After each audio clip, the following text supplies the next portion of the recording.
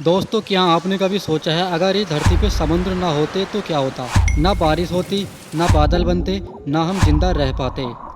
लेकिन सवाल ये है कि ये विशाल नीले समंदर आखिर बने कैसे?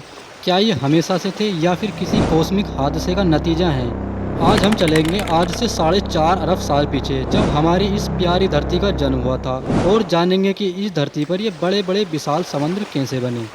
आज से करीब 4.5 अरब साल पहले हमारी पृथ्वी का जन्म गैस, धूल और बड़े बड़े एस्टेरॉयड के टकराने से हुआ था। शुरुआत में पूरी धरती एक लाल गर्म आग का गोला थी, जहां तापमान 2000 डिग्री सेल्सियस से भी ज़्यादा रहता था।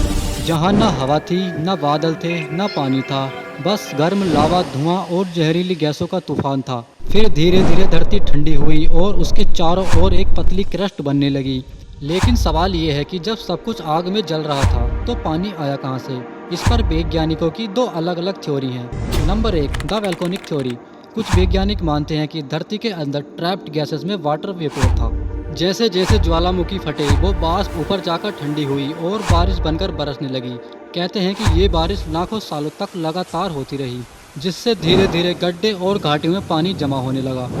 दूसरी थ्योरी है द कोमेट थ्योरी। कुछ वैज्ञानिक मानते हैं कि धरती पर पानी बाहर से आया था, यानी कोमेट और एस्टेरॉयड के जरिए जो बर्फ से ढके हुए थे, उन्होंने धरती से टकराकर पानी दिया। शायद ये दोनों थ्योरी सही हो सकती हैं, क्योंकि धरती का पानी आधा अंदर से और आधा बाहर से आया हुआ हो सकता है। लेकिन अगर बात करें धरती पर पहले ओशियन की, तो लगातार लाखों सालों की बारिश के बाद धरती की सतह पर पहला ओशियन बना, जिसे साइंटिस्ट कहते हैं द फर्स्ट प्रीमेटिव ओशियन। तब धरती पर ना कोई कॉन्टिनेंट था, ना कोई लाइफ थी, बस भाप, बिजली की चमक और उबलते पानी की नदियाँ। ये ओशियन बहुत एसिडिक थे, क्योंकि हवा में कार्बन डाइऑक्साइड और सल्फर गैसेस बहुत ज़्यादा थीं। आज से लगभग 3.5 अरब साल पहले इन ओशियन की गहराइयों में पहली माइक्रोस्कोपिक लाइफ बनी, जैसे बैक्टीरिया और एल्गाई। यही वो टिनी क्रिएचर थे जिन्होंने ऑक्सीजन बनाई और आगे चलकर हमारे जीवन की नींव रखी। इसीलिए वैज्ञानिक कहते हैं लाइफ कम फ्रॉम ओशियन।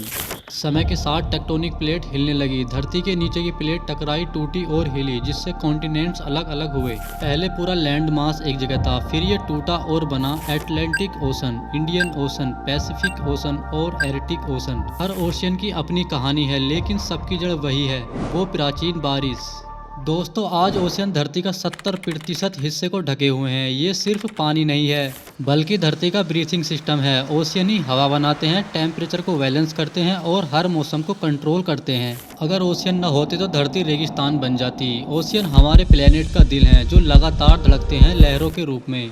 लेकिन आज इंसान ओशियन का दुश्मन बन गया है। प्लास्टिक, ऑयल स्पाइल्स और पोल्यूशन, इनसे ओशियन धीरे धीरे जहर बनते जा रहे हैं। अगर हमने इन्हें नहीं बचाया तो जिस पानी ने हमें जीवन दिया है, वही हमें मिटा देगा।